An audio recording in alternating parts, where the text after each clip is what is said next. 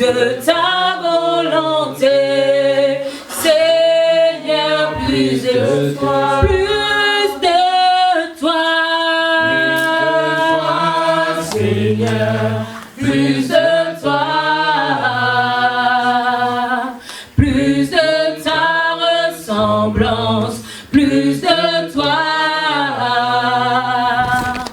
plus de discernement de ta voix, de ta volonté, Seigneur, plus de toi, plus de toi,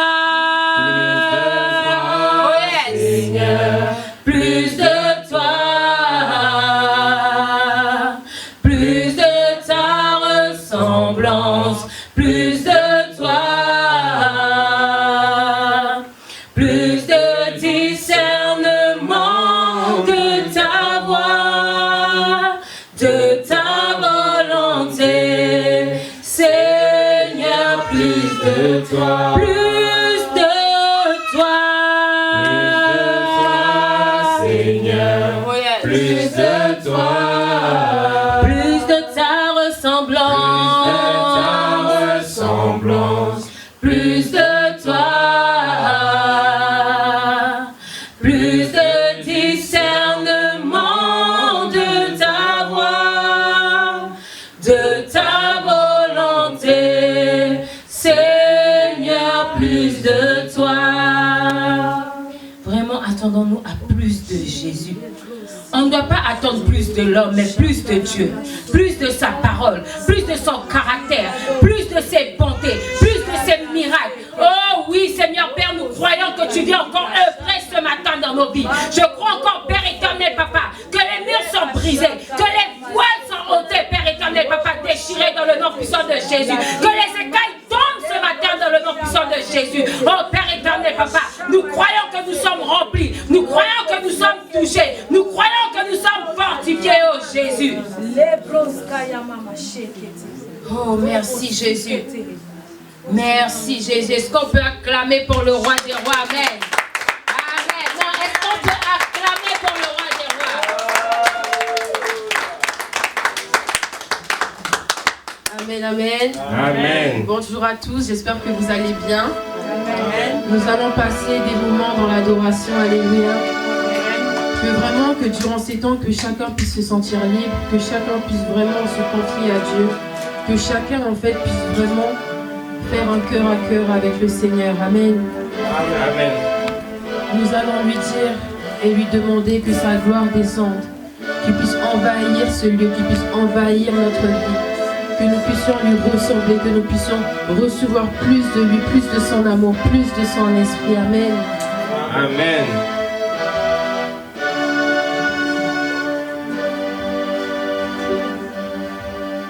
Que ta gloire descende et envahisse ce lieu. Que ta voix résonne pour la liberté. Que les cieux s'ouvrent et que vienne ta pluie. Oh Jésus, nous voulons ton règne. Que ta gloire descende, Que ta gloire descende et envahisse ce lieu. que ta voix résonne pour la liberté. Que les cieux s'ouvrent et que vienne ta pluie. Oh Jésus, nous voulons ton règne. Envahis-moi de ta gloire. De ta gloire, de ta gloire. Envahis-moi de ton esprit. Ton esprit, ton esprit. Envahis-moi de ta présence. Ta présence, ta présence. Envahis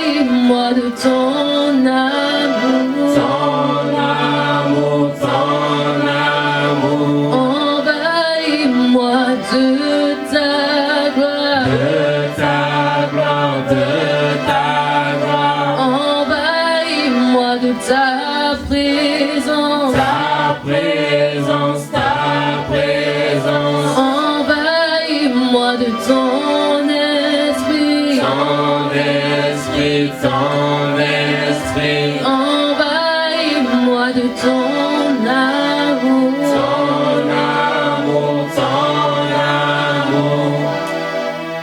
que ta gloire descende et envahisse ce lieu, que ta voix résonne pour la liberté, que les cieux s'ouvrent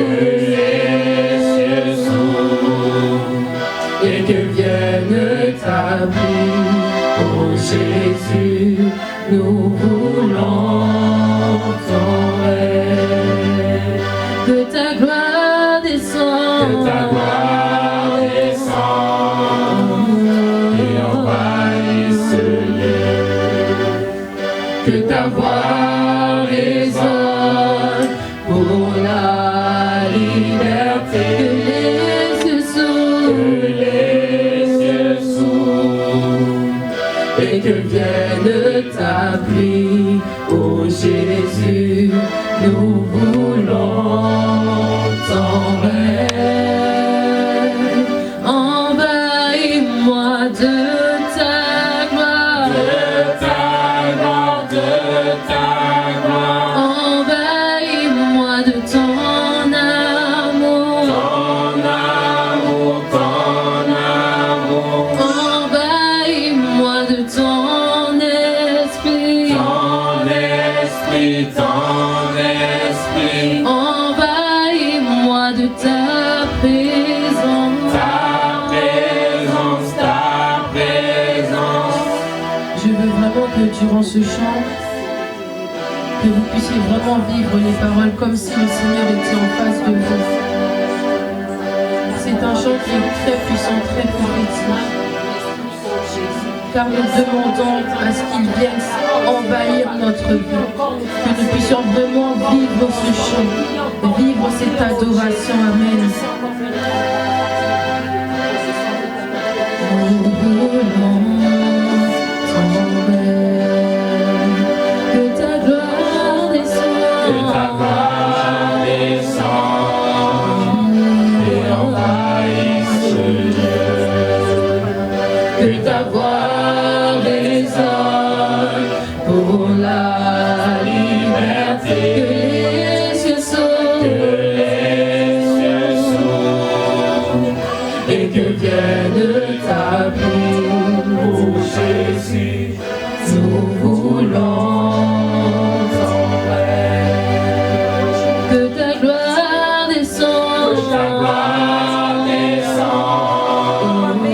et envahisse ce lieu, que tu puisses envahir ce lieu, Seigneur, que tu puisses prendre le contrôle de cette église, que tu puisses prendre le contrôle de la vie de chaque personne qui appartient à cette église, car nous voulons plus de toi, Seigneur. Nous voulons ton règne, que ta gloire descende, Seigneur. Nous voulons que tu agisses de notre vie.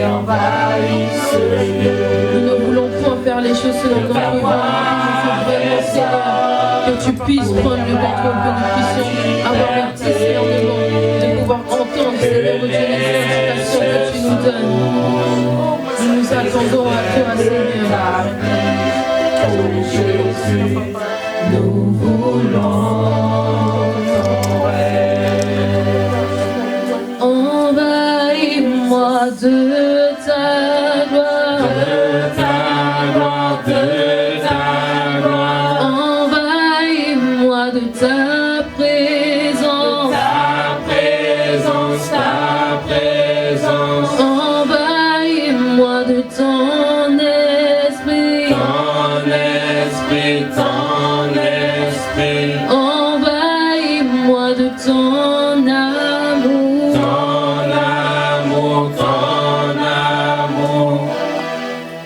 que ta gloire descende et envahisse ce lieu.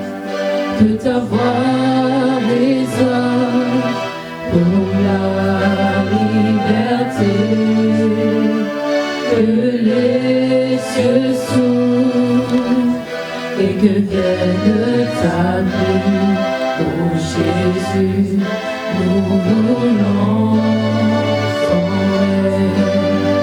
Une dernière fois que ta gloire descende.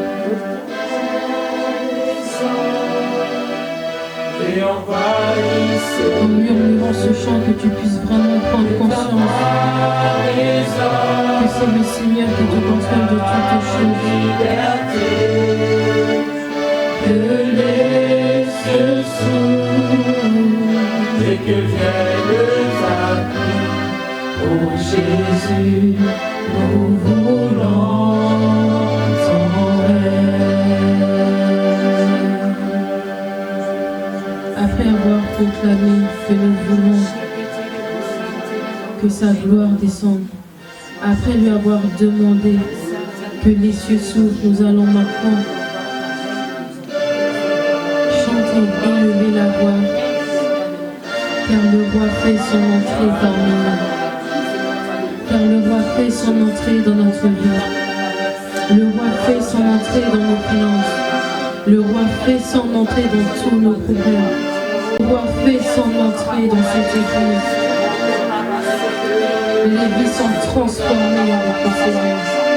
Toutes les chaînes, toutes les choses qui nous poursuivent, toutes les chaînes qui sont là dans nos familles de génération en génération, puissent se briser à partir de nous, afin que nos générations à venir ne puissent pas subir tout cela.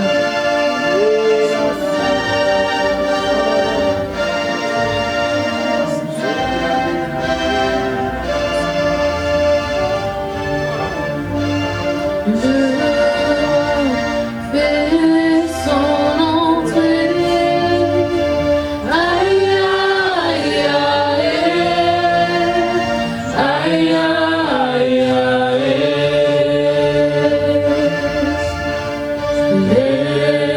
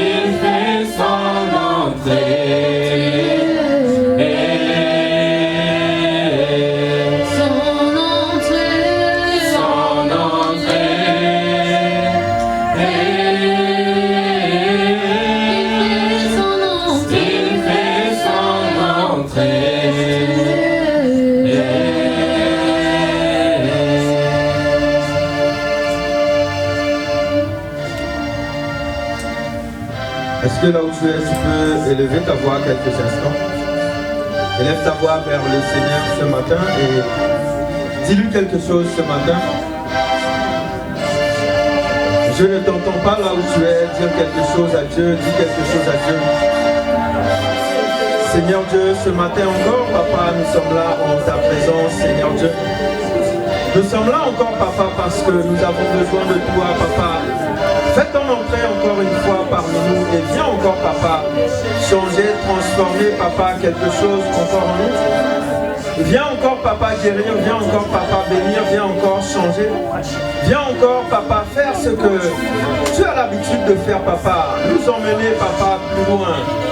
Nous emmener encore, Papa, dans ta présence, oh Dieu. Parce qu'assurément, on voit avec toi, Seigneur Jésus. Tout ce dont nous avons besoin est en toi, oh Dieu.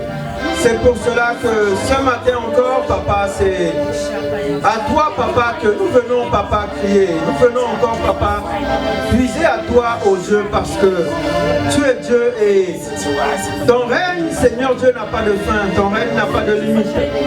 Ton règne, Papa, est éternel.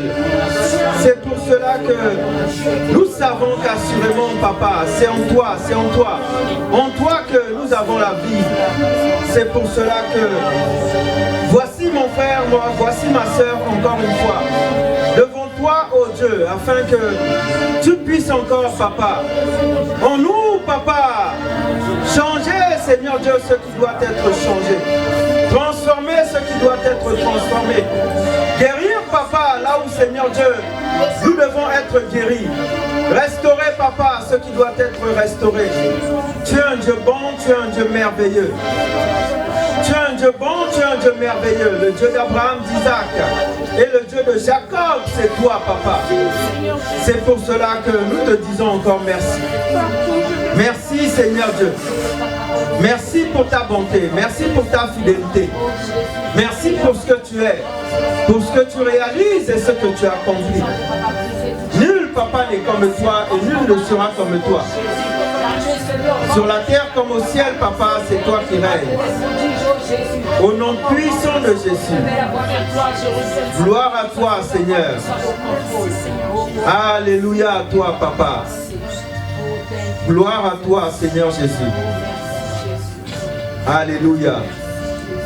Par des acclamations, nous te disons merci, Jésus. Par des cris de joie.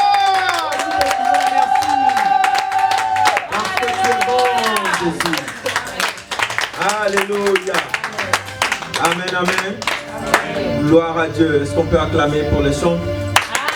Amen. Gloire au Seigneur Jésus. Amen. Gloire à Dieu. Est-ce que quelqu'un est content d'être là ce matin? Amen. Non, on ne dirait pas que tu es content d'être là ce matin.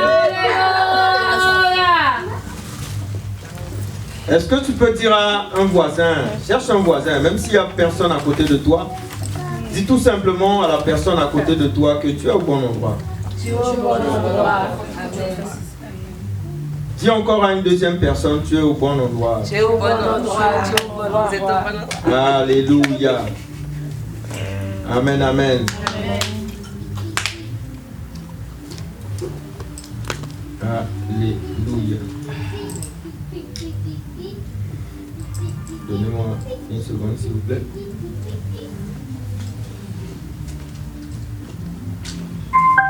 Alléluia. Amen. Est-ce qu'on peut encore acclamer le Seigneur Jésus? Amen. On dirait qu'on est à 100 personnes dans la salle. Amen. Gloire à Dieu. Vivement la fin des vacances. Amen. Alléluia. J'espère que tu es d'accord avec moi. Amen. Vivement la fin des vacances. Amen. Amen. Vivement la fin des vacances. Alléluia. Amen. Amen. Je suis sûr que c'est parce que la présence de certains d'entre vous, vous n'étiez pas là que on s'est fait voler. Amen.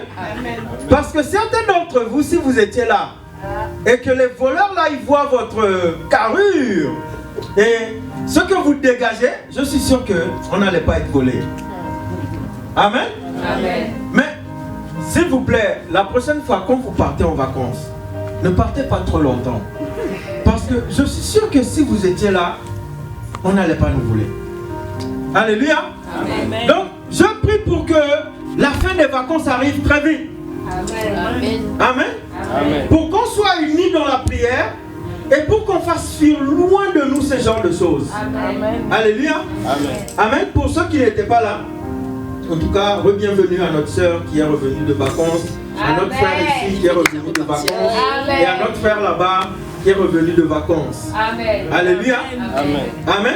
Amen. Et on attend les autres impatiemment qui reviennent parmi nous. Alléluia.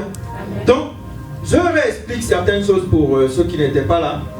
On s'est fait voler ici à l'église. Amen. Et non seulement nous on s'est fait voler, mais ils se sont fait voler en face. Et dans le fond là-bas, ils se sont fait voler. Amen. Et ce matin encore, je discutais avec le pasteur en face de l'église ghanéenne. Et même moi, je ne savais pas qu'ils avaient été volés. C'est aujourd'hui qu'il me dit qu'ils se sont fait voler. Donc, nous, on s'est fait voler 3 matériels. Là-bas, ils se sont fait voler un ventilateur. Et en face, ils se sont fait voler des enceintes. Et il faut vous dire que c'est après nous qui se sont fait voler. Donc il se passe vraiment quelque chose dans le coin. Il se passe vraiment quelque chose. Et dites-vous que, je ne vais pas vous mentir, comme je l'ai dit la dernière fois, la Bible dit dans Proverbe 6 au verset 30 qu'on ne tient pas pour innocent celui qui a volé, pour satisfaire son appétit. Et quand on vient voler dans une église, on ne vole pas une personne, on vole Dieu directement. Parce que dites-vous que ces matériels-là, ils n'appartiennent pas à quelqu'un. Ils appartiennent à Dieu directement. Donc quand tu viens ici, tu t'introduis de la manière dont tu as trouvé, que ce soit par la fenêtre ou par la porte, tu viens, tu voles les choses, et tu repars chez toi tranquillement. Mais vous imaginez, les gens n'ont plus peur de Dieu, ils n'ont plus la crainte de Dieu, ils se disent non, là-bas je peux aller tranquillement, là-bas il y a du matériel, je peux aller voler, comme ça je vais aller vendre ça quelque part, et je vais me faire de l'argent pour pouvoir utiliser après cet argent-là, pour manger cet argent-là. Amen. Et dis-toi que le problème c'est que peut-être tu viens tout seul voler ou peut-être avec un ami, et quand tu prends le matériel, tu vas le vendre quelque part. Et cet argent-là, que tu as volé le matériel de Dieu, tu as été le vendre. Tu vas peut-être manger cet argent-là avec ta famille. Et maintenant tu étais tout seul dans le dossier, et là maintenant tu mets toute ta famille dans le dossier. À cause d'une seule personne. Donc, je me dis tout simplement que voler, c'est pas une bonne chose. peut voler un homme, mais on ne vole pas les affaires de Dieu. On ne prend pas ce qu'il y a à Dieu. Si on m'avait dit oui, il n'y a que nous qu'on a volé, je ne sais pas si certains d'entre vous, vous avez vu les vidéos de ce qui s'est passé à côté. La salle, elle était carrément saccagée. Mais vraiment, quand je vous dis saccagée, il y a les tags sur tous les, il y avait des tags sur tous les murs. Et ils avaient écrit carrément, servez-vous. C'est gratuit. Ça, c'est les mots qui étaient écrits à côté dans la salle. Et j'ai dit dimanche dernier que on paye ici une somme vraiment qui nous coûte. Donc, moi, pour moi, je me dis qu'on doit être en sécurité dans la salle dans laquelle on est. Les gens se sont fait voler, ils se sont fait voler, nous on s'est fait voler. Au début, il n'y avait pas ça. Donc, on ne vient pas ici pour que, voilà, on vienne nous voler notre matériel. On est une jeune église. Et jusque-là, Dieu nous a aidés jusque-là. Et je sais qu'il va encore continuer à nous aider. Mais on n'est pas là pour qu'on se fasse voler nos matériels. Parce qu'une table de mixage, comme vous le voyez, le son ne peut pas sortir comme il doit sortir. Parce que là, on a déjà essayé de bidouiller certaines choses pour qu'on puisse quand même faire le culte. Mais normalement, une table de mixage, ça ne coûte pas 2 €. Ça ne coûte pas 2 €. Donc, moi, je pensais qu'on était les seuls qui avaient été volés parce que la dame même, elle m'a dit que il n'y a que nous qui avons été volés. Mais ce n'est pas vrai. Il n'y a pas que nous qui avons été volés. Alléluia. Donc, pour ceux qui n'étaient pas là, on s'est fait voler un ventilateur. Un ventilateur des ventilateurs qui a été offert à l'église par la sœur Roland. On s'est fait voler le vidéoprojecteur qui était là et ainsi que la table de mixage. Donc je prie que vraiment le Seigneur puisse pourvoir à notre besoin, qu'on puisse continuer notre service comme il se doit. Alléluia. Amen. Amen.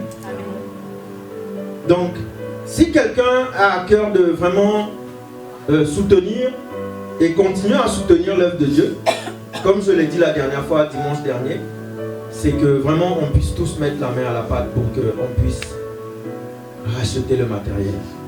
Et on est dans le mois d'août, on est en pleine vacances. Les vacances vont se terminer d'ici la fin du mois. Et on sait tous qu'il n'y a pas beaucoup de personnes à l'église. Et quand il n'y a pas beaucoup de personnes, ça veut dire qu'il n'y aura pas beaucoup de moyens financiers à l'église. C'est des choses qu'on doit vous dire parce qu'on ne peut pas faire autrement. Parce qu'on doit payer la salle de la dame. Donc, vu que ce mois-ci, il n'y avait pas beaucoup de personnes à l'église, il n'y a pas eu beaucoup de rentrées, on n'a pas pu finaliser le loyer de la dame ce mois-ci. Donc ça aussi, c'est quelque chose que on doit tous se dire non. Tout ce que vous avez est la bienvenue. C'est ce que vous devez vous dire. Parce que chez nous, on dit que Piki piki ale neifu bali. Et piki piki ale là neifu bali, ça veut dire que c'est toutes les petites gouttes qui tombent dans un bidon, mais c'est ce qui va faire en sorte que le bidon il soit rempli. Donc assurément, si tu es là et que vraiment tu as à cœur, je sais que pour certains c'est la rentrée, il faut acheter le matériel des enfants et tout cela, mais on ne peut pas laisser l'œuvre de Dieu et se dire non, là le pasteur il va se débrouiller, il va voir comment il va faire. Non, le pasteur aussi, il a un petit salaire, voilà. Donc moi aussi je suis comme on est là, pasteur. Amen.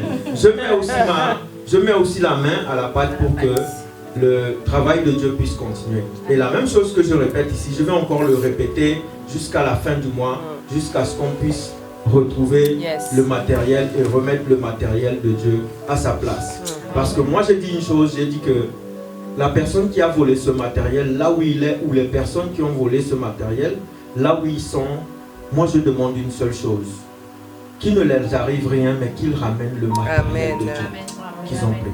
Parce que ce n'est pas le matériel du pasteur. Amen. Ce n'est pas le matériel du pasteur. C'est le matériel de Jésus. Amen. Amen. Une autre chose, avant d'aller plus loin, j'aimerais bien demander à tout le monde, et c'est vraiment un encouragement, vraiment cette année, que vraiment on puisse changer d'attitude. Changer d'attitude, je veux dire quoi par là? Vraiment cette année, quand je vais dire à tout le monde, allons évangéliser, vraiment il faut qu'on aille évangéliser. Quand je vais dire cette année, allons tous nettoyer la salle, il faut qu'on aille nettoyer la salle. Et je m'inclus dedans dans tout ce que je vous dis. Vous m'avez déjà vu ici en tant que pasteur ramasser les poubelles, nettoyer ici à terre. Parce qu'ici, on n'est pas dans une église où le pasteur vient, quelqu'un lui emmène sa grande Bible, ou quelqu'un lui emmène sa tablette, où vous allez voir 4 personnes courir derrière le pasteur. Non, pasteur. Non, ici, il n'y a pas ça. Non, ici, il n'y a pas ça. Mais il faut qu'on respecte quand même l'œuvre de Dieu. Yes. C'est en respectant l'œuvre de Dieu que vous allez voir que quand l'année prochaine, le mois d'août ou le mois de juillet va arriver, on n'aura pas certaines difficultés. Yes. Parce que c'est triste de le dire comme ça, mais plus il y aura du monde à l'église, ben plus la chose sera plus légère pour chacun. C'est vrai. Mais c'est une vérité. C'est vrai. Une corde à une seule fil et la corde à 3 fils, lequel est plus solide? 3 filles. Et la corde à 3 fils. Yes. Donc, vraiment, tant que chacun n'aura pas compris ça, ben, on va être là, on va encore patiner, on va encore traîner, on va encore traîner les pieds. Parce que, pourquoi? Jésus dit une chose.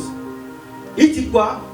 Pourquoi m'appelez-vous Seigneur, Seigneur, mais vous ne faites pas ce que je dis?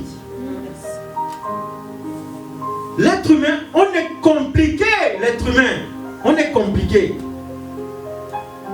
Nous les êtres humains, on est compliqués. Parce qu'on a du mal à faire certaines choses. Même quand il s'agit que la chose, on doit la faire pour Dieu, c'est compliqué. Mais vous savez, dès qu'on arrive au travail et que le patron nous dise, non, écoute, va faire telle chose. On est les premiers à créer de la tête aux pieds. Celui qui connaît le nombre de cheveux qu'on a sur la tête. Celui qui connaît exactement quels sont les ingrédients qu'il a utilisés pour nous façonner. Des fois, c'est compliqué de faire les choses pour Dieu. On est une jeune église, hein? Mais il y a des choses que, au début, on va entendre et réentendre à chaque fois. Tant que la chose ne se met pas en place, on est obligé de répéter certaines choses. Parce que dites-vous que la Bible, elle est écrite de la Genèse jusqu'à l'Apocalypse. Mais allez voir, tous les jours que vous allez retourner dans la Bible, vous allez relire les mêmes choses. Ça ne change pas. De la Genèse à l'Apocalypse, vous allez voir qu'à chaque fois que vous allez lire la Genèse, les Écritures ne vont pas changer. Ça va être tout le temps la même chose. Tu peux la relire 100 fois, ça va être tout le temps les mêmes choses qui sont écrites.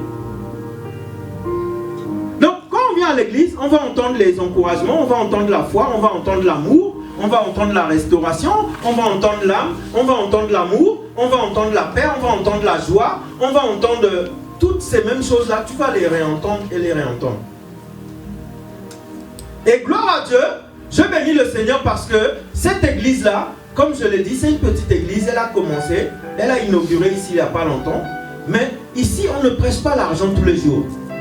Et vous-même, vous êtes témoin. Mais vous savez quoi? Parce que c'est le Saint-Esprit qui prend soin de son église. Est-ce que vous n'avez pas vu que depuis là, on n'est pas dehors? Amen. On n'est pas dehors parce que Dieu met à chacun dans son cœur pour qu'il puisse mettre quelque chose. Amen. Et pourvoir aux besoins de l'église. C'est pour ça qu'on est toujours là. Donc de la même manière qu'on a commencé, cette année-là qui va commencer, on doit courir encore plus vite. Là où certains marchaient, là où certains étaient en train de ramper, on doit aller plus vite. On doit changer de niveau. Sinon, on va continuer à rester dans les mêmes choses. Vous savez, je discutais avec le pasteur en face tout à l'heure et on disait que faut pas qu'on se montre. L'être humain aime les belles choses. Non, qui n'aime pas les belles choses? L'être humain aime les belles choses. Excusez-moi, mais imaginez si cette église-là d'ici un an et demi, 2 ans, et que vous rentrez ici, on a des chaises, mais vraiment, quand quand tu regardes, qui s'est déjà posé la question pourquoi on ne lève pas les housses sur ces chaises-là? Allez voir les chaises, si vous enlevez les housses, vous n'allez pas rentrer ici. Il y a 3 couleurs de chaises ici, là, devant vous. Voire même 4. Donc, c'est pour vous dire que l'être humain aime les belles choses. Imaginez que d'ici 1 an, 2 ans, vous rentrez ici, on a de belles chaises. On a un tapis rouge là-bas qui sort là-bas, qui rentre ici. On a ici un grand écran, ici. Là-bas dans le coin, il y a toute l'équipe de multimédia où Marley a bien formé tout le monde dans l'église. Tout le monde est là-bas, dans le coin là-bas, où il y a des ordinateurs, il y a tout ce qu'il faut pour faire le montage, les projections et tout ce qu'il faut. Les paroles sont projetées ici sur un grand écran. Quand tu chantes ici, tu joues ici, tu vois les personnes chanter. Qui me dit qu'à chaque fois qu'une personne va rentrer ici, elle ne va pas rester ici? L'être humain aime les belles choses. Vous pouvez me dire ce que vous voulez. Mais l'être humain aime là où il y a des belles choses. Amen. Donc, cette année-là, on doit changer nos façons de faire avec Dieu. Parce que ce n'est pas pour un homme qu'on le fait, c'est pour Dieu qu'on le fait. À chaque fois qu'on va se dire non, c'est pour un homme, c'est pour le pasteur. Même moi, si vous savez comment je me bats tous les jours pour maintenir cette chose-là en vie, vous n'avez pas idée. Dans la semaine, j'ai pris 2 jours. J'étais là, je suis venu ici jeudi, j'étais là jeudi de 14h jusqu'à 19h, j'étais là encore. Tout ça pourquoi? Parce que je veux que l'œuvre de Dieu puisse aller plus loin. Parce que c'est l'œuvre de Dieu, ce n'est pas l'œuvre d'un homme. Donc, quand chacun est chez soi, il y a un temps où tu dois penser à l'église. Dans ton cœur, tu dois dire non. Qu'est-ce que je peux faire pour l'église? Et quand tu te dis ça, qu'est-ce que je peux faire pour l'église? C'est comme si tu dis à Dieu, Dieu, qu'est-ce que je peux faire pour toi? Qu'est-ce que je peux t'aider à faire? Quand chacun pense comme ça, vous allez voir que l'église va prendre une nouvelle direction. Quelque chose va se passer. Amen. Ça prouve que quand tu penses comme ça, ça prouve que tu aimes Dieu. Et on l'a vu il y a 2 semaines d'une manière exagérée. Tu te lèves Dieu, tu manges Dieu, tu dors Dieu, tu vis avec Dieu en toi, comme la Bible dit dans Galates 2:20. Ce n'est plus toi qui vis, mais c'est Christ lui-même qui vit en toi. Et c'est ce qu'on doit faire. Amen. Moi personnellement, je vous dis que on ne doit plus se considérer comme une petite église. Avant, on était 4-5 là-bas dans la petite salle du côté de la gare. Mais maintenant, quand tout le monde est à l'église, on est une grande église. Mais chacun doit maintenir sa place. Maintenir sa place, c'est quoi? C'est prendre sa responsabilité. Et se dire non. Moi, ce que je fais, je ne le fais pas pour quelqu'un. Je le fais pour Dieu. Alléluia. Et quand je dis ça, je parle à tout le monde. Même ceux qui ne font rien dans l'église. Ça veut dire que la place que tu occupes, ben, tu dois pouvoir l'occuper tous les dimanches. Et te dire non, je compte pour quelque chose. Je sers à quelque chose dans l'église. Alléluia. Parce que premièrement, c'est pour Dieu qu'on le fait. C'est pas pour un homme. C'est pas pour un homme qu'on le fait. Chacun d'entre nous, on a été dirigé dans cette église d'une manière ou d'une autre. Chacun à sa façon. Chacun a rencontré une personne. D'autres ont été évangélisés par une personne. D'autres ont entendu parler par le moyen dont il a entendu parler. Qui fait qu'on est ici. Et moi je dis tout le temps que ce n'est pas un hasard. Ce n'est pas un hasard. Chacun est venu à sa manière. Mais on n'est pas venu ici par hasard. Amen. Donc, pour continuer, la semaine dernière, on a vu, le thème c'était connaître Dieu toi-même. Et on a vu certains points qui faisaient en sorte que on ne faisait pas tout pour connaître Dieu. Les barrières, certaines barrières qui faisaient que on ne faisait pas tout pour connaître Dieu. Amen. Et l'une des premières barrières qu'on avait vues, c'était que on ne prenait pas assez de temps pour Dieu. On ne passait pas assez de temps avec Dieu. Et on se disait que la plupart du temps, il y a des choses qui prennent notre temps, qui prennent trop de notre temps, qui fait que on ne cherche pas Dieu assez. Et on a parlé de toutes ces choses qu'on connaît, les telenovelas, les choses comme Netflix, on a parlé de TikTok, on a parlé d'Instagram, toutes ces choses-là ce sont des barrières. Et une barrière, c'est un obstacle, c'est quelque chose qui t'empêche de... C'est un obstacle qui ferme un passage pour aller d'un point A à un point B. Amen. Et ces choses-là, c'est des choses on doit tous combattre, d'une manière ou d'une autre. C'est des bonnes choses. Sur TikTok, il n'y a pas que les choses, des choses où tu vas là-bas, où c'est pour rigoler. Il y a des prédications, il y a toutes ces choses-là. Ce sont des très bons outils. Mais tout dépend de comment on les utilise. Tout dépend de quel est l'intérêt qu'on a quand on va sur TikTok. Qu'est-ce qu'on va faire? C'est ça le truc. Et je disais que même sur TikTok, vous allez voir que des fois, le truc qui va te mettre, je pense que certains peuvent le mettre ou ils se mettent tout seuls, je ne sais pas trop. Ou ça peut te dire non, tu as passé tant de temps sur TikTok. Et quand ça te met ça, tu te dis non, si j'ai passé 3 heures aujourd'hui sur TikTok, mais combien de temps aurais-je pu faire avec Dieu dans les 3 heures là? Et quand je dis ça, c'est pas que c'est interdit, mais on doit pouvoir faire l'équilibre, on doit pouvoir faire la part des choses. C'est Dieu d'abord ou ces choses-là d'abord qui nous empêchent de connaître davantage la personne qui est Dieu.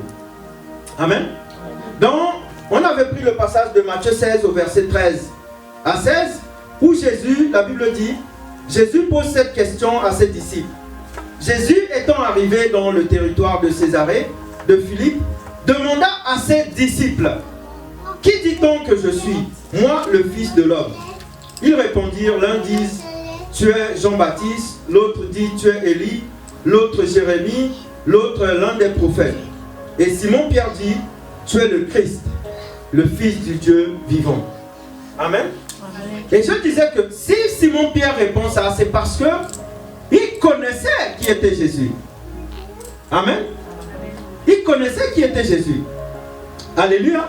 Et vous allez voir qu'au début de ce passage, la Bible dit que Jésus a posé la question à ses disciples. Parce qu'il savait lui aussi que ses disciples le connaissaient. Alléluia. Il n'a pas posé la question à un passant qui passait.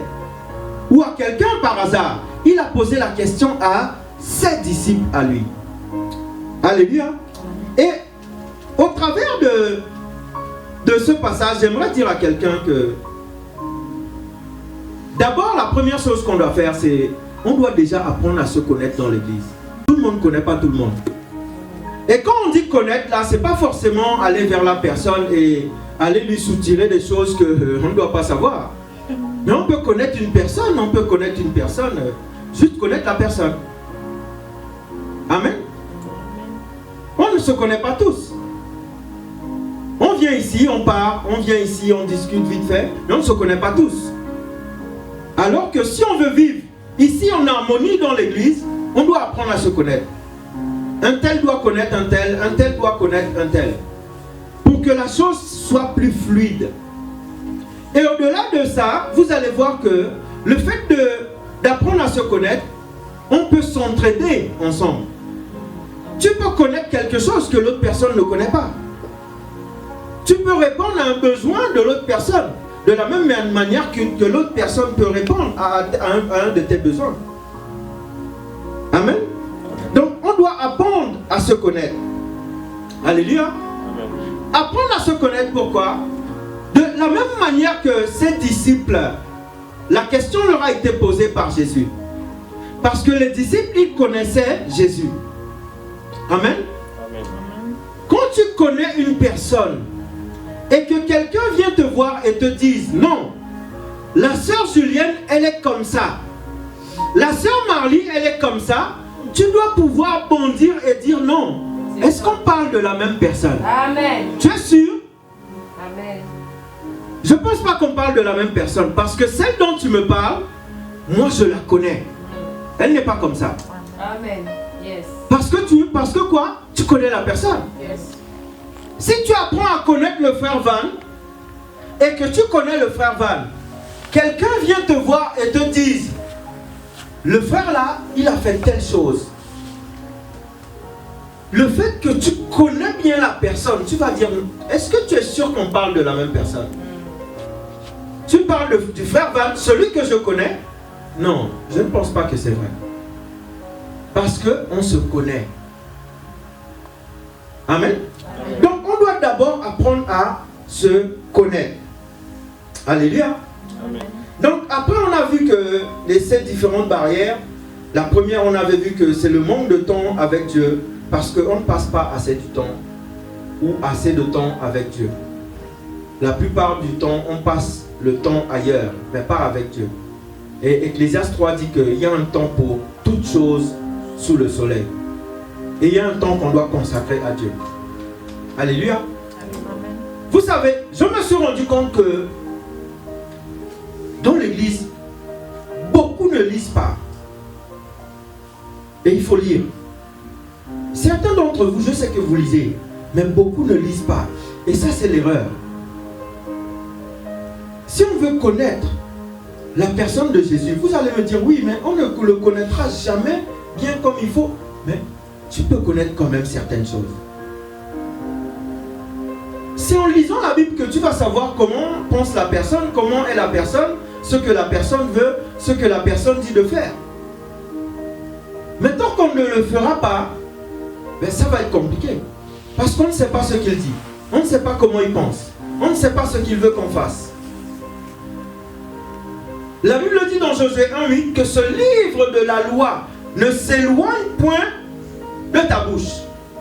Médite-le jour et nuit. Donc ça veut dire que si elle ne doit pas s'éloigner de ta bouche, automatiquement de tes yeux, elle ne doit pas s'éloigner. La parole de Dieu. On ne passe pas assez de temps avec Dieu, même dans la prière. Alléluia. La prière, hein, c'est pas forcément aller dans la prière et faire comme Anne, rester là pendant tout le temps dans l'église. Il suffit seulement que tu pries 5 minutes par-ci, 5 minutes par-là, 2 minutes par-ci. Quand tu regroupes tout ça dans la journée, ça fait quelque chose. C'est comme ça. Parce que même moi ici en tant que pasteur, si je te dis que je viens ici me taper des 5 heures de prière ou de 6 heures, je suis en train de te mentir. Parce que dès que tu te lèves le matin, tu pries peut-être 30 minutes. Tu vas au travail, pendant que tu es en train de travailler, tu pries un peu. Pendant que tu retournes du travail, tu es derrière le volant, tu pries un peu. Le soir, quand peut-être tu te prépares, je ne sais pas pour faire quoi, tu pries un peu. C'est comme ça qu'on rejoint les groupes. Amen. Parce qu'on est dans un monde où on est actif. Et c'est pour ça que vous allez voir que beaucoup vont comprendre certaines choses et beaucoup ne vont pas comprendre. Parce que la relation avec Dieu, elle n'est pas établie. Il faut une relation avec la personne de Dieu. Et quand les conseils sont donnés, vous allez voir que c'est les personnes qui vont tout le temps appliquer les conseils qui vont avancer. Et qui vont connaître les choses, ils vont appliquer certaines choses. Et les choses vont se faire dans leur vie. Et certains vont se poser la question, mais pourquoi elle, mais pourquoi pas moi? Pourquoi lui, mais pourquoi pas moi? Donc on doit passer du temps avec Dieu. Amen. On doit passer du temps avec Dieu. C'est des encouragements qu'on va entendre tout le temps. Dès qu'on sort ici, on a des amis avec qui on va passer du temps. On a des choses qu'on va faire en dehors du fait de passer du temps avec Dieu. Mais le fait de passer du temps avec Dieu, ça ne doit pas être, on ne doit pas mettre cet obstacle-là. Ça ne doit pas être, on doit passer du temps avec Dieu, tout simplement. Alléluia. Dites-vous que, par exemple, quand on prend un téléphone et qu'on parle avec quelqu'un, une personne, au téléphone peut-être pendant 1 heure ou peut-être pendant 30 minutes, on ne va pas se mentir, on a passé du temps avec cette personne-là au téléphone. Donc, on peut faire ça avec Dieu. Passer du temps dans la prière avec Dieu. Être en relation avec Dieu. C'est quelque chose qui va nous aider. À tout un chacun, ça va nous aider. Alléluia. Amen. Donc on doit passer du temps avec Dieu. Amen. Pour moi, j'ai dit que l'une des choses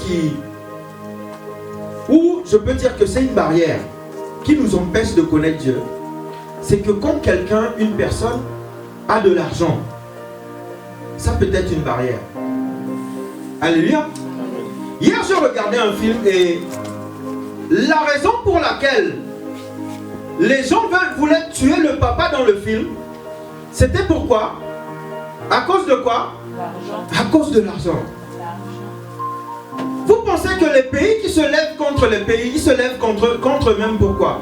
À cause de l'argent, ou d'un petit bout de terrain, ou d'un gisement de trésor de diamants, ou d'un gisement de bauxite, ou d'un gisement de pétrole. Et ça revient où? À l'argent. Donc, quand quelqu'un a l'argent, vous allez vous voir que la personne se dit que avec l'argent, je peux tout avoir. Mais qui croit qu'avec l'argent, on peut tout avoir? Avec l'argent, on ne se montre pas. On ne peut pas tout avoir avec l'argent. Il y a des choses que l'argent n'achète pas. Il y a des choses qu'on ne peut pas acquérir avec l'argent. Parce que la vie, ça ne s'achète pas. Même quand tu es malade, des fois, malade à un point où tu es malade, l'argent même ne peut pas sauver. Alléluia. Donc des fois, les gens, quand ils ont de l'argent, ils se disent non, j'ai pas besoin de Dieu, j'ai déjà tout ce qu'il me faut. Mais on voit ce passage où Jésus dit à ce jeune homme riche là, frère, il te manque encore quelque chose. Et la Bible dit bien que il était fort riche. Et plus loin, la Bible dit quoi? Il était tout triste quand Jésus lui a dit, va vendre tout ce que tu as et donne-le à ceux qui en ont besoin, donne-le aux pauvres. La Bible dit qu'il était tout triste. À cause de quoi? L'argent. Parce que quand il allait vendre les biens, ça allait lui rapporter quoi? De l'argent. Donc la Bible dit qu'il était tout triste à cause de l'argent. Et la Bible nous met en garde à cause de ça. La Bible dit dans 1 Timothée, au verset 6, 10 à 11, la Bible dit, car l'amour de l'argent est une racine de tous les maux. Quelques-uns, en étant possédés, se sont égarés loin de la foi. À cause de l'argent. À cause de l'argent peut nous égarer loin de la foi. Alléluia. C'est pour ça que des fois, moi je préfère que... Des fois c'est bien de subir certaines épreuves. Pour voir quand tu sors de cette épreuve-là, tu vois que tu n'étais pas seul. Des fois on demande le million à Dieu ou le milliard. Mais frère ou sœur, aujourd'hui là, de la manière dont tu connais Dieu, et que Dieu te donne aujourd'hui 1 million, on parle d'1 million, on ne parle pas de 1000 euros. Déjà quand on a 1000 euros, notre tête tourne à l'envers. Et imagine quand tu as 1 million. Tu sais combien de 1000 euros il y a dans 1 million? Non, mais je répète. Tu sais combien de 1000 euros il y a dans 1 million? Et tu as ça aujourd'hui? Je sais pas si tu vas revoir la porte de l'église. 1 million. Il faut être bien ancré. Alléluia. J'ai dit avec 1000 euros, des fois notre tête est en train de tourner un petit 1000 euros pour acheter une baguette. La Bible parle de l'amour pour l'argent. Le fait d'aimer trop l'argent. Et il y a des gens qui aiment l'argent plus que Dieu. L'argent, ne vois pas le gars là comme ça. C'est un truc diabolique, l'argent. Les guerres à cause de l'argent, combat de famille à cause de l'argent, conflit famille à cause de l'argent, conflit de pays en pays à cause de l'argent. À cause de ce papier-là qui L'argent? Non, ça fait des dégâts. Amen. Et j'aime bien l'histoire de ce pasteur que je regardais. Il a posé la question dans l'église. Et la question qu'il a posée, c'est quoi? Il a dit, on dit qu'on aime Dieu. Ok, d'accord. Mais il a dit, entre Dieu et tes parents, tu préfères qui? Non, ne réponds pas trop vite. Il a posé la question, entre tes enfants et Dieu, tu préfères qui?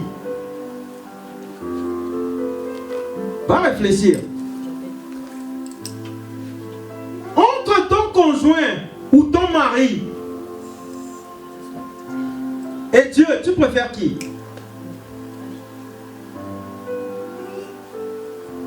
Et il y a des réponses à toutes ces questions-là. Parce que la plus simple, c'est quoi? La question est que, entre ton mari, je dis bien ton mari, ou conjoint, comme tu veux, et ton épouse, tu préfères qui? La question est posée. Va réfléchir dessus. Donc, je vais te donner la réponse à celle-là. Entre ton conjoint, ton mari ou tes parents, tu préfères qui? La Bible dit que l'homme quittera son père et sa mère et s'attachera où? À sa femme. Ok, donc tu as eu ta réponse. Alléluia. Amen. Entre Dieu et ton conjoint, tu préfères qui? Non, mais la réponse est simple. Au final, tu vas te retrouver devant qui? Et avec qui? C'est simple. Il n'y a pas à tourner en rond où je vais réfléchir avant. Entre maman et conjoint. Non, ma maman, j'aime bien ma maman. J'aime bien mon papa. Tout le monde aime bien son papa ou sa maman. Mais là, on parle sérieusement. Alléluia. On est dans le mois de l'amour. Si on te dit, on allait passer 3 heures de prière à l'église et passer du temps avec ton conjoint, tu préfères qui? On peut reprendre le mari, hein? Non, non, attention. Je repose la question et tu dois répondre. Non, le pasteur, j'ai aimé sa prédication. Écoute bien la question. Écoutez bien la question. Entre passer du temps avec son mari ou son conjoint et aller passer du temps 3 heures de prière à l'église, tu préfères quoi? On va pas se mentir, ils vont choisir le mari, hein? Mais je réponds une dernière fois à la question. Je repose la dernière fois. Je repose une dernière fois la question. Entre passer du temps avec son conjoint ou son mari et aller faire une veillée à l'église de 5 heures, tu vas faire quoi? Il a été plus loin. Marie, tu vas aller faire quoi? On passe la prière. Sœur Julien, tu allais faire quoi? La prière. Ok. On n'a pas de mari. C'est facile à répondre. On n'a pas de mari. Vous vous piégez vous-même dans la question. Voilà, tu n'as pas. Mais si tu en avais, tu allais faire quoi? Si j'en avais, Quand il y aura, on va te dire, pasteur. je bois tout le temps. À un moment, il faut accorder du temps. C'est ce que tu dis là. Alléluia. Amen. Amen. Tu t'amènes en Espagne, tu vas aller à la veillée. Je vais. Hey, il ne faut pas se mentir. Hey, La prière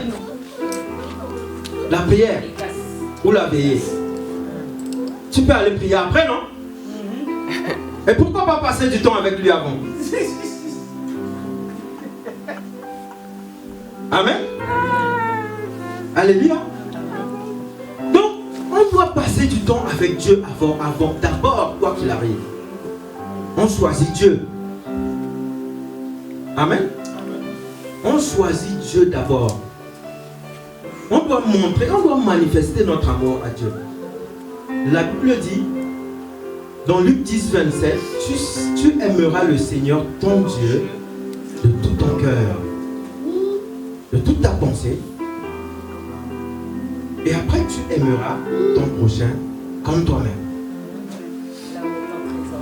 Alléluia.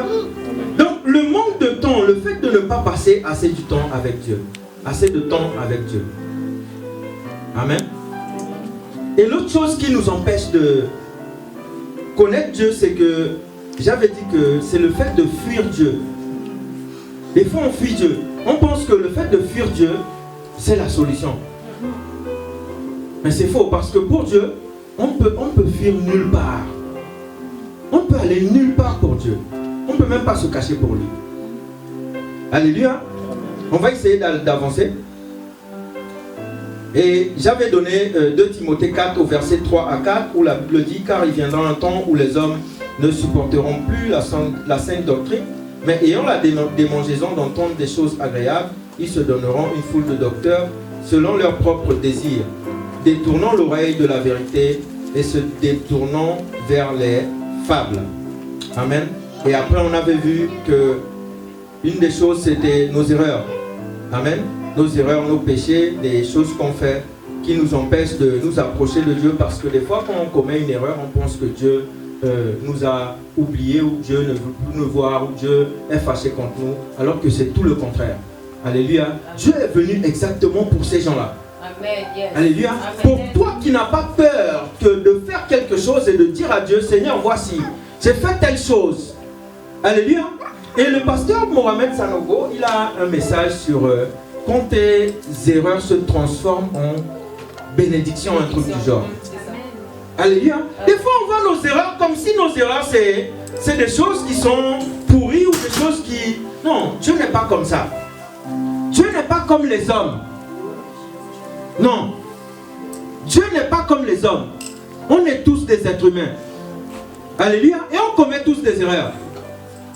Amen. Mais quand l'erreur est commise, il faut se dire: non, Dieu, c'est toi mon secours. C'est toi mon bouclier. En toi je me confie. Des fois c'est l'erreur à ne pas faire. Dieu est tout le temps là, les bras ouverts. Et il attend tout simplement de nous accueillir.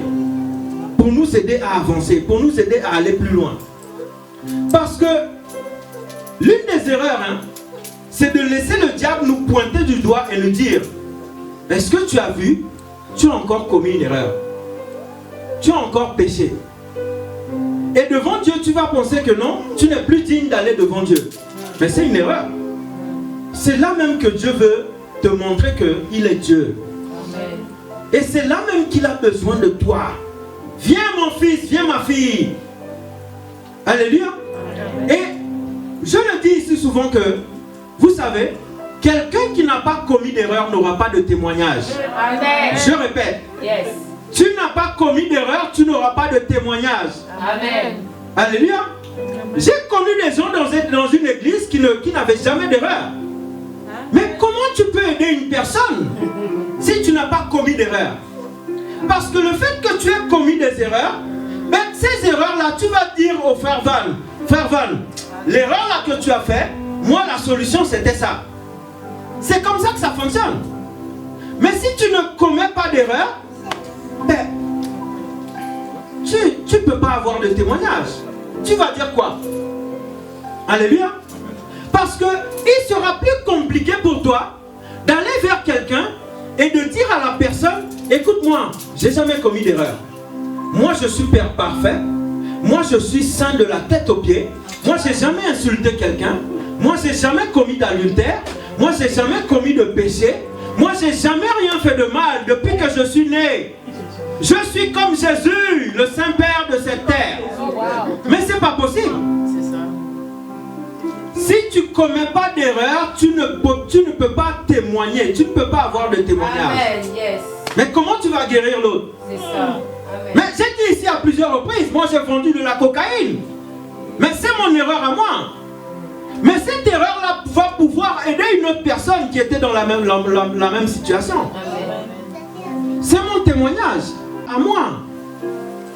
Alléluia. Amen. On ne peut pas venir sur la terre et se dire: non, depuis que je suis sur la terre, moi je connais un seul homme ou je connais une seule femme. Mais vous savez, des erreurs on en commet tous. Même moi qui suis devant vous. Alléluia. Donc quand c'est comme ça, vous avez vu que dans cette église-là, on ne va pas te pointer du doigt. Oh, tu as péché. Oh, tu as fait ci. Tu as fait ça. Non. Le but, c'est que Jésus t'aide. Amen. Et qu'on s'entraide entre nous. Ça, c'est ce qu'on doit faire. Alléluia. Amen. Donc, quand tu commets une erreur, tes erreurs, c'est le médicament pour la personne qui va ou qui a déjà commis la même erreur que toi. Oh yes. Ça va permettre de guérir l'autre personne. C'est comme ça que ça fonctionne. Alléluia. Amen. Donc, une erreur, ça ne veut pas dire que tu es la personne la moins que... Non, ça n'a rien à voir. Jésus lui-même dit qu'il est venu pour les malades. Donc, toi qui n'es pas malade, tu n'as pas besoin d'être guéri. Alléluia. Mais nous ici qui sommes malades, je dis que cette année, il faut se dire des nouveaux mots, mais c'est juste pour vous faire comprendre ce que je veux vous faire comprendre. Alléluia. Nous, on a besoin de Jésus, qu'il nous guérisse. Qu'il nous guérisse et qu'il continue de nous façonner. Alléluia. Donc, nos erreurs, des fois, peuvent mettre une séparation entre nous et Dieu. Parce qu'on pense qu'on a commis une erreur, on doit se cacher pour Dieu, ou on doit s'éloigner pour Dieu, parce qu'il va connaître, il va savoir. Mais il sait déjà. Alléluia. Il sait déjà, même avant que tu aies pensé de le faire, avant que tu aies médité de faire la chose. Le gars, il sait déjà. Alléluia. Donc ça ne sert à rien de se dire non, je vais fuir loin de la face de Dieu, comme Jonas, je vais courir loin. Dieu me dit d'aller à Ninive, non, je vais aller à Tarsis, je vais faire comme je veux. Mais après, dis-toi que le ventre du poisson, il est là-bas, grand ouvert, pour t'accueillir. Alléluia. Et dis-toi que peut-être Jonas a survécu, il a survécu dans le ventre du poisson, mais il se peut que toi, tu ne survis pas dans le ventre du poisson. Même moi, je me demande comment il a fait. Alléluia. Amen. Amen. Je me pose la question. Mais Dieu est bon. Alléluia. Donc Dieu dit qu'on doit chercher premièrement quoi? Le royaume et sa justice. Alléluia. L'autre point, c'est que, le quatrième point, c'est qu'on n'accepte pas tout ce que Dieu dit. Amen. On n'accepte pas tout ce que Dieu dit. Alléluia. 1 Jean 5 au verset 1 à 3. Quiconque croit que Jésus est le Christ est né de Dieu. Et quiconque aime celui qui l'a engendré aime aussi celui qui est né de lui. Nous connaissons que nous aimons les enfants de Dieu lorsque nous aimons Dieu. Et que nous pratiquons ses commandements, car l'amour de Dieu consiste à garder ses commandements, et ses commandements ne sont pas pénibles. Yes. Alléluia. Amen. Amen. Vous savez, des fois on dit à Dieu que Dieu, j'accepte que tu me dises qu'il n'est pas bon que l'homme soit seul, mais des fois on se dit quoi? Non, je me suis trompé. Des fois on dit à Dieu que Dieu, j'accepte que tu me dises que je suis béni à l'arrivée, je suis béni à mon départ. Mais Dieu, j'accepte pas que tu me dises que je ne dois pas commettre de l'adultère. Alléluia. Des fois on n'accepte pas tout ce que Dieu dit. J'accepte que tu me dises que... J'accepte pas que tu me dises que je dois aimer mes ennemis. Et pourtant c'est ce que la Bible dit. Tu dois aimer ton ennemi. Alléluia. Dieu, je veux bien qu'à l'église, tu me bénisses. Mais Dieu, je ne veux pas que tu me dises que je dois prier ou je dois jeûner. Alléluia. Dieu, j'accepte que tes promesses se réalisent dans ma vie, mais j'accepte pas de passer du temps avec toi ou de lire ce que tu m'as écrit sur papier. Alléluia. Pourquoi m'appelez-vous Seigneur, Seigneur, mais vous ne faites pas ce que je dis? Moi, j'accepte de trouver un travail, Jésus, mais je n'accepte pas que tu me dises d'aller évangéliser.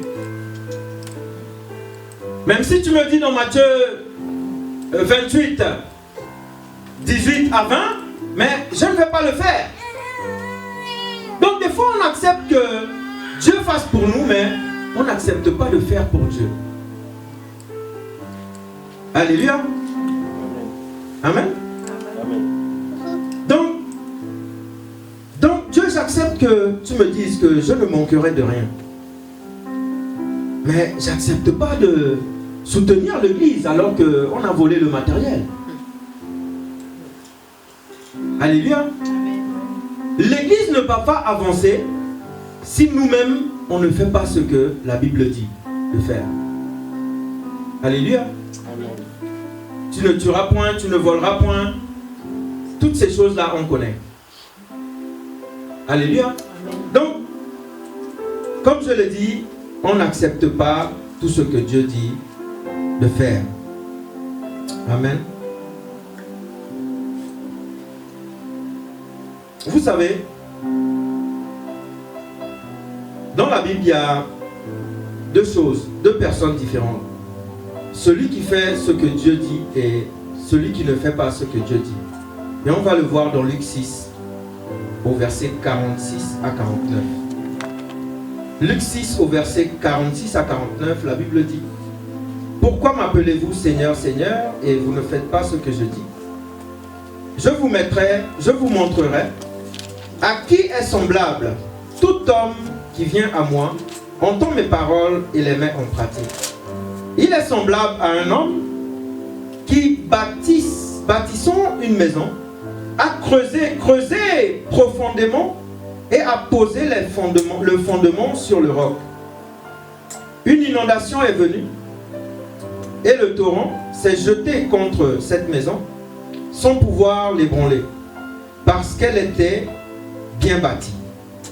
Mais celui qui entend et ne met pas en pratique est semblable à un homme qui a bâti une maison sur le sable, sans fondement, sur la terre, sans fondement. Et le torrent s'est jeté contre elle. Aussitôt, elle est tombée et la ruine de cette maison a été grande. Alléluia. Amen. La Bible parle ici de deux types de personnes. Ceux qui bâtissent une maison. Vous savez, les architectes, quand ils font un plan pour construire une maison, pour que la maison puisse bien tenir, il faut bien creuser les fondements de la maison. Bien profond pour que... Et plus tu vas creuser profond, tu vas voir que tu peux aussi bâtir plus haut. Alléluia. Tu peux élever ta maison plus haut quand elle est bien bâtie au sol. Parce que ce n'est pas le toit qui retient la maison, c'est le fondement de la maison en bas qui va retenir tout le poids de la maison. Alléluia. Donc une maison qui est bien bâtie, les torrents vont venir, le vent, la tempête, tout ce que vous voulez, elle va tenir comme il faut. Elle va difficilement être emportée par une tempête ou un cyclone, tout ce que vous voulez. Amen. Amen. Mais la maison qui est juste posée sur le sable ou sur la terre, comme vous voulez, ben, dès que le vent vient, cette maison-là, elle va vite être écartée. Alléluia. Parce qu'elle n'est pas bien bâtie. Ses fondements ne sont pas bien creusés. Et le fondement ici de celui qui a bien bâti sa maison, a creusé profondément, c'est celui qui a une bonne relation avec Dieu. C'est celui qui connaît son Dieu. Celui qui connaît son Dieu, quel que soit ce qui arrive, il va se dire non. Satan, mes fondements sont bien bâtis, tu ne vas pas m'avoir. À cause de toi, je ne vais pas échouer. Parce que je sais que le Dieu que je sers, c'est pas n'importe qui. La Bible dit dans 1 Jean 4,4 que celui qui est en nous est plus grand que celui qui est dans le monde. Ça, c'est ce que dit la Bible. Donc, quand tes fondements sont bien bâtis, on ne peut pas te faire bouger de là où tu es n'importe comment. Alléluia. Amen. Les torrents vont venir. Les torrents ici, ça peut être les épreuves. Les torrents ici, ça peut être les situations difficiles. les choses que tu traverses, les défis que tu traverses, mais même avec ces défis-là, ces épreuves-là, tu tiens ferme. Parce que tu te dis que la tempête dans la barque, c'est pour un temps. Elle n'est pas éternelle. Tout en sachant que Jésus est dans le bateau, il est dans la barque. Alléluia. Donc quand les fondements sont bien bâtis, bien creusés, profondément, tu es bien enraciné. Alléluia. Tu ne peux pas tomber n'importe comment. Tu ne peux pas faiblir n'importe comment. N'importe comment. Alléluia. Parce que tu as une bonne relation avec Dieu. Alléluia. L'autre chose pour aller plus vite, c'est le goût du monde. Alléluia. Le goût du monde. Psaume 37, 4, on a vu la dernière fois, fais de l'Éternel tes délices et il te donnera ce que ton cœur désire.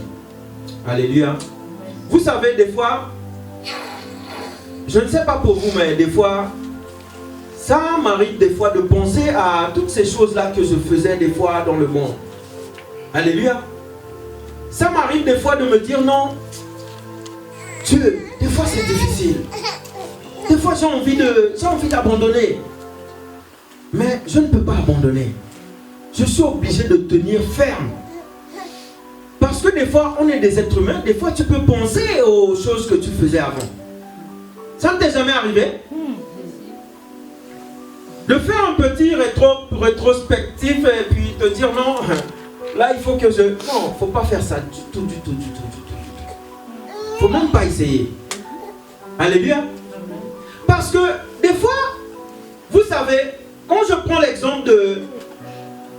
Il n'y a aucun magasin où un chrétien peut rentrer et aller dire au chrétien, écoute, la musique de Maître Gims que tu as mis dans la radio, tu dois l'éteindre. Tu vas te causer des problèmes. Ça t'est jamais arrivé, tu es arrivé dans un magasin, tu entends un bon Aya Nakamura et que des fois, tu as envie de bouger la tête ou bouger les pieds et tu te reprends, tu te dis, non, faut pas que je fasse ça.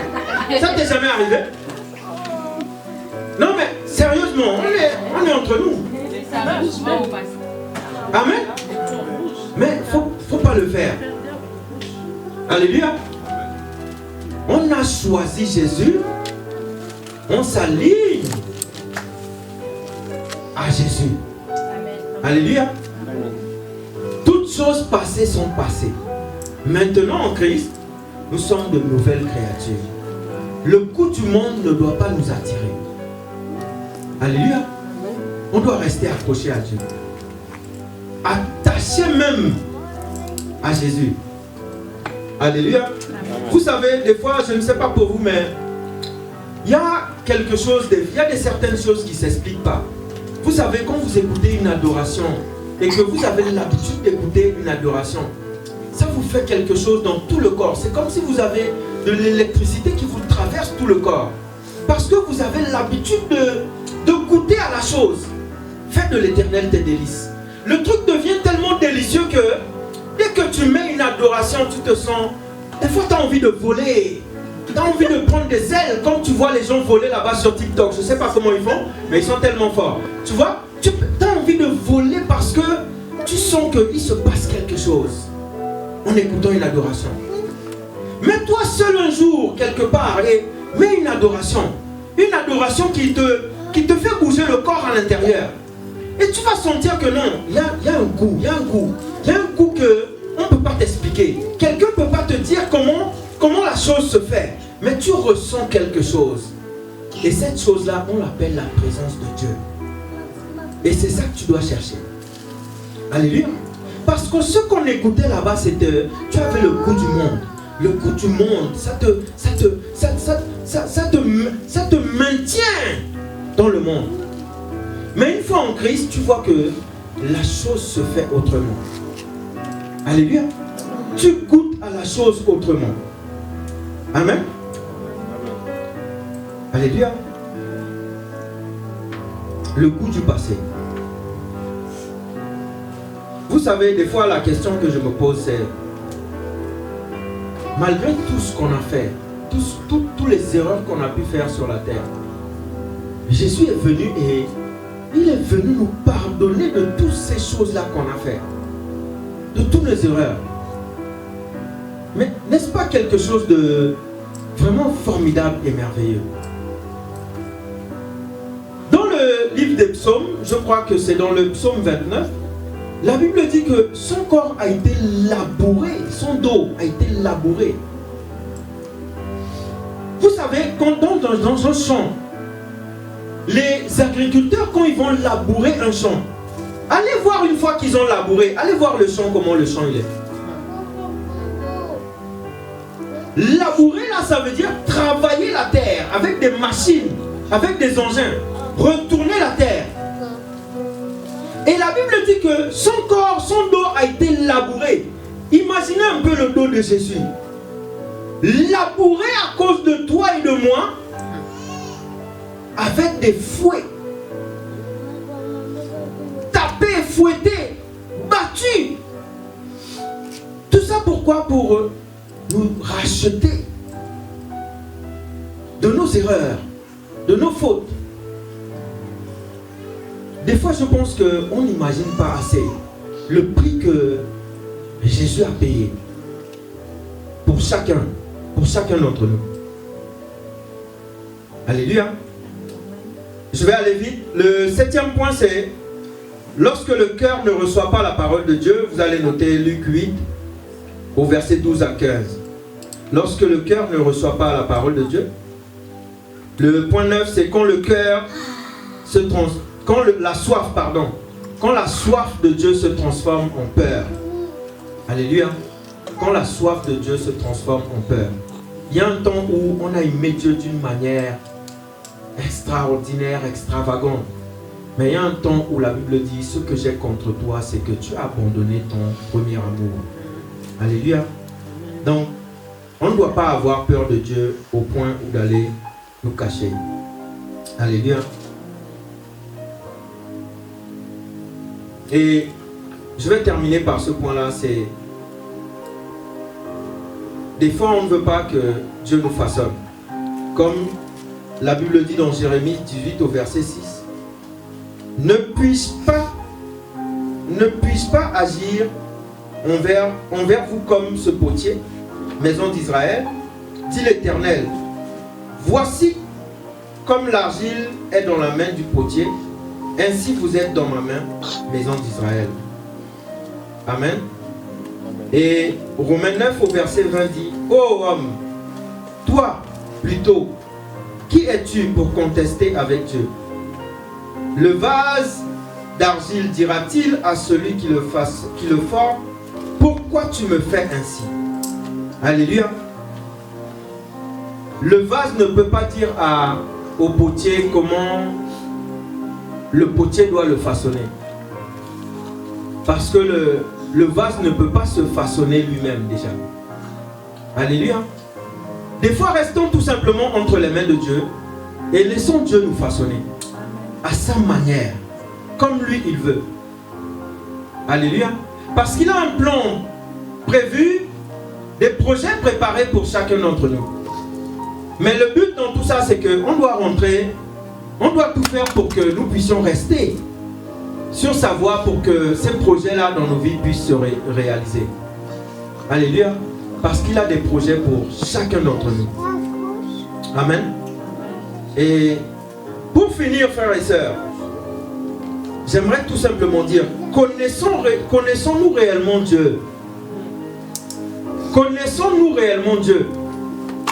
Comme ces personnes qui sont venues voler ici, est-ce qu'ils connaissent Dieu? Est-ce qu'ils connaissent réellement Dieu? Je ne pense pas. Parce que s'ils connaissaient Dieu, ils n'allaient pas venir et prendre ce qui ne les appartient pas. Alléluia. Connaissons-nous réellement Dieu? Je vais vous laisser avec Exode 23 au verset 25 à 30 où la Bible dit: vous servirez l'Éternel votre Dieu et il bénira votre pain et vos eaux. Et j'éloignerai la maladie du milieu de toi. Il n'y aura dans ton pays ni femme qui avorte, ni femme stérile. Je remplirai le nombre de tes jours, j'enverrai ma terreur devant toi, et je mettrai en déroute tous les peuples chez lesquels tu arriveras, et je ferai tourner le dos devant toi à tous tes ennemis. J'enverrai les frelons devant toi, et ils chasseront loin de ta face les Éviens, les Cananéens, les Étiens. Je ne les chasserai pas en une seule année loin de ta face, de peur que le pays ne devienne un désert et que les bêtes des champs ne se multiplient contre toi. Je les chasserai peu à peu loin de ta face jusqu'à ce que tu augmentes en nombre et que tu puisses prendre possession du pays. Amen, amen et amen. Amen. Alléluia. Est-ce qu'on peut acclamer le Seigneur Jésus qui est bon et merveilleux? Amen. Que Dieu vous bénisse. Amen. Amen, amen. Amen. Merci, pasteur, pour ce message. Et on fait de la prédication et je me retournais vers la diaconesse Madeleine. Le Seigneur nous a emmenés dans une méditation cette semaine et il nous a emmenés et il nous a dit là où est ton trésor, là où est ton cœur. Et la question qu'on s'est posée, c'est pourquoi le Seigneur nous dit que là où est notre trésor, là où est notre cœur, mais on aurait dû être, mais là où est ton cœur, là où est ton trésor.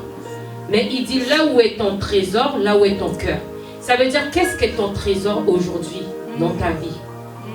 Parce que on dit dans une relation, comme on avait pu le voir lorsque j'avais prêché, j'avais donné la signification de l'intimité, de l'amour et tout ça, de la relation. Et on se rend compte que, et la question que le pasteur pose, c'est vraiment ça, ça confirme parce que c'est... Il y a des personnes qui disent, oui mais est-ce que j'ai vraiment rencontré Dieu? Il y a quelqu'un qui m'a posé la question avant-hier, c'est... Je me demande est-ce que je connais vraiment Dieu? Et je lui ai dit, si tu te poses la question, c'est que en fait, il y a un autre trésor qui est à la place de Dieu. Ça veut dire que ton trésor, c'est pas Dieu. Alors que pour avoir toute autre chose, en fait, c'est Dieu qui va te le donner, puisque c'est lui premièrement. C'est de savoir, est-ce qu'on fait de Dieu notre trésor aujourd'hui? Parce que là où est notre trésor, là où est notre cœur. Et le plus souvent, on est attaché, en fait, dans des relations, on est attaché parfois au travail, on est attaché à l'argent, on est attaché parfois à nos enfants, qui nous empêche en fait de pouvoir avoir notre cœur connecté à Dieu. Alors que moi ce que j'ai compris au travers de juste ce passage, c'était que si je me connectais à Dieu, si je cherchais la face de Dieu et que c'était mon trésor, toute autre chose en fait, j'allais le recevoir parce que Dieu est la source en fait de nos vies. Dieu est la solution. Dieu est amour et on doit vraiment se demander qu'est-ce qu'est notre trésor aujourd'hui? Parce que là où est ton trésor, là où est ton cœur. Pas là où est ton cœur et tu trouves ton trésor. Non, c'est là où est ton trésor. C'est à quoi tu aspires en ce moment. Et tu verras que ton cœur sera attiré par ces choses-là. Et je veux vraiment encourager chacun à vraiment prendre le temps de savoir là où est ton trésor. Moi, je l'ai fait. Et j'ai été vraiment surprise de savoir que j'étais encore loin. On est des êtres humains. On est des hommes. On n'est pas parfait. Et j'aime le dire. Tu peux être pasteur, tu peux être évangéliste, tu peux être prophète, tu peux être tout ce que tu veux. On reste des êtres humains.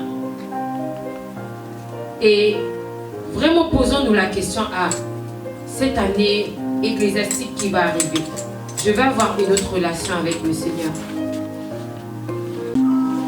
On est là, on court.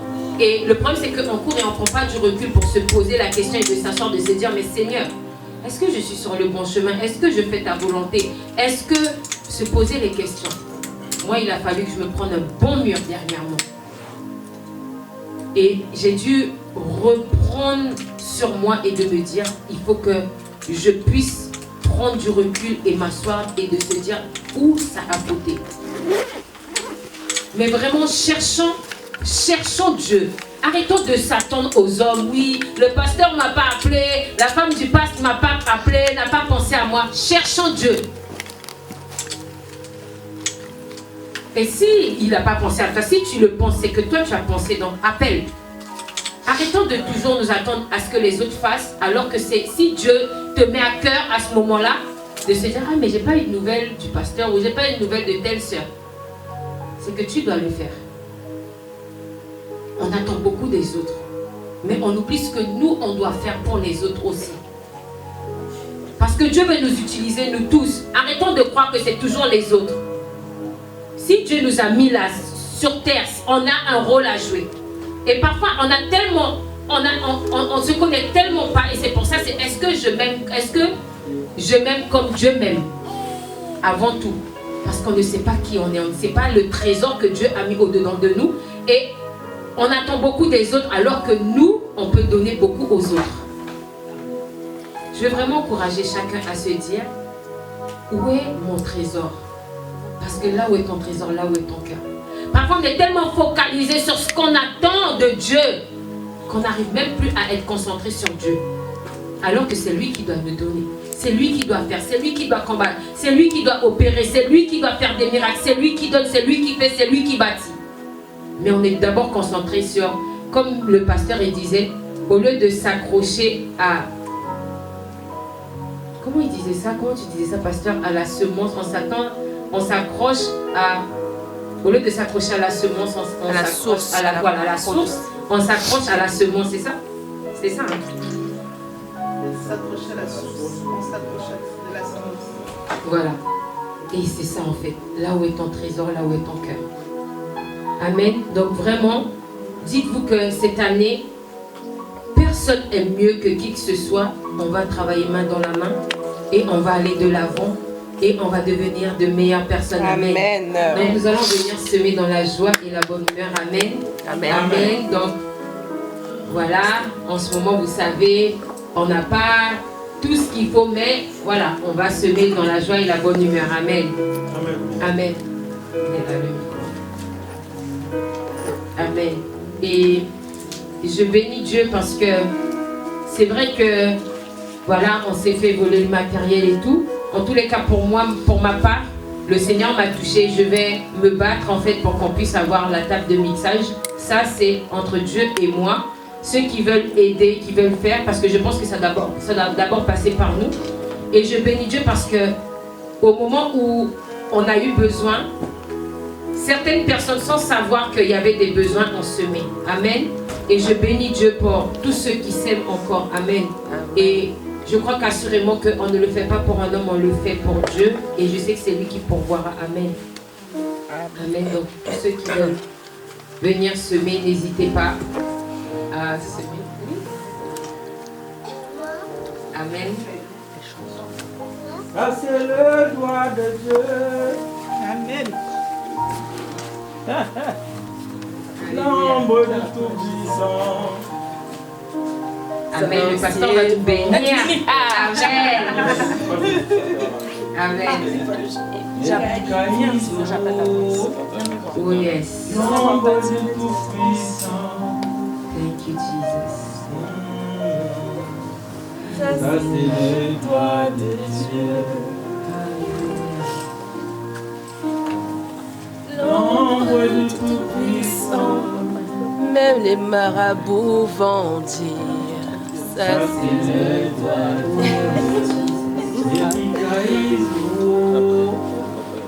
de l'ombre du Tout-Puissant. Même les sorciers vont dire, ça c'est le doigt de Dieu. Ça c'est le doigt de Dieu. Alléluia. Ça c'est le doigt de Dieu. Oh Seigneur Père, tu es celui encore qui vient opérer des miracles et des prodiges, oh Jésus. Seigneur Père, seul toi sais pourquoi, Seigneur Père, nous passons par ces temps. Mais je crois qu'assurément, Seigneur Papa, nous ressortirons grandis. Yes. Nous ressortirons, Seigneur Papa, fortifiés. Nous ressortirons, Seigneur Papa, la tête haute, oh Jésus. Père éternel, Papa, je crois que ta main agit, Seigneur Papa, dans nos vies. Ta main agit dans cette église, oh Jésus. Alléluia. Seigneur Père, nous ne voulons pas rester fixés, Seigneur Papa, ce que nous voyons, mais Seigneur Père, nous croyons que, Seigneur Papa, que tu as des plans merveilleux, Seigneur Papa, pour nos vies, pour cette église, oh Jésus. Oh, nous verrons ta main, Seigneur Papa. Les hommes verront ta main, nos familles verront ta main, Jésus. Le monde entendra parler de toi, Jésus. Oh Seigneur, merci pour ces dîmes et ces offrandes, oh Père éternel. Merci pour toutes les personnes, Seigneur Papa, que tu as touchées, que tu toucheras encore. Seigneur Père, tu es celui encore, Père éternel, Papa, qui viendra encore pourvoir, Seigneur Papa, dans la vie de tout un chacun. Tu es celui encore, Père éternel, Papa, qui viendra combattre, Père éternel, Papa, tout ce qui nous a été volé, Père éternel, Papa, je crois que Seigneur Papa, que les chaînes sont brisées. Je crois que Seigneur Papa, que les vies sont transformées, oh Jésus. Alléluia. Merci pour tous ceux qui ont semé, ceux qui n'ont pas pu semer. Seigneur Papa, je crois qu'assurément que nos greniers ne manqueront jamais de rien. Je crois que cette église ne manquera jamais de rien. Je crois que Seigneur Papa, que chaque membre de cette église ne manquera jamais de rien, oh Jésus. Seigneur Père, nous voulons que tu sois notre trésor, oh Jésus. Seigneur Papa, détourne nos regards, Seigneur Papa, de là où nous ne devons pas être, Seigneur. Alléluia. Oh Jésus. Juste ton doigt suffit, Jésus. Même pas ta main, mais ton doigt, Jésus. Yes, oh Jésus. Tu es celui encore qui opère, Jésus. Alléluia. Tu es celui encore qui bâtit, Jésus. Tu es celui qui combat, Jésus. Il est comme toi, Jésus. Oh, epikaizo, Rama Chapa Sekele Chatsa. Seigneur Papa, que tes anges, Seigneur Papa, viennent œuvrer, Seigneur Papa, en notre faveur. Seigneur Papa, s'il y avait des besoins, Seigneur Père, tes anges opèrent maintenant. Seigneur Papa, s'il y avait la maladie, Seigneur Papa, tes anges opèrent maintenant. Au nom de Jésus. Seigneur Papa, là où l'ennemi avait volé, Seigneur Papa, tu opères maintenant. Yes. Là où les chaînes étaient, Seigneur Papa, tu brises maintenant par le sang de Jésus. Oh Jesus. Seigneur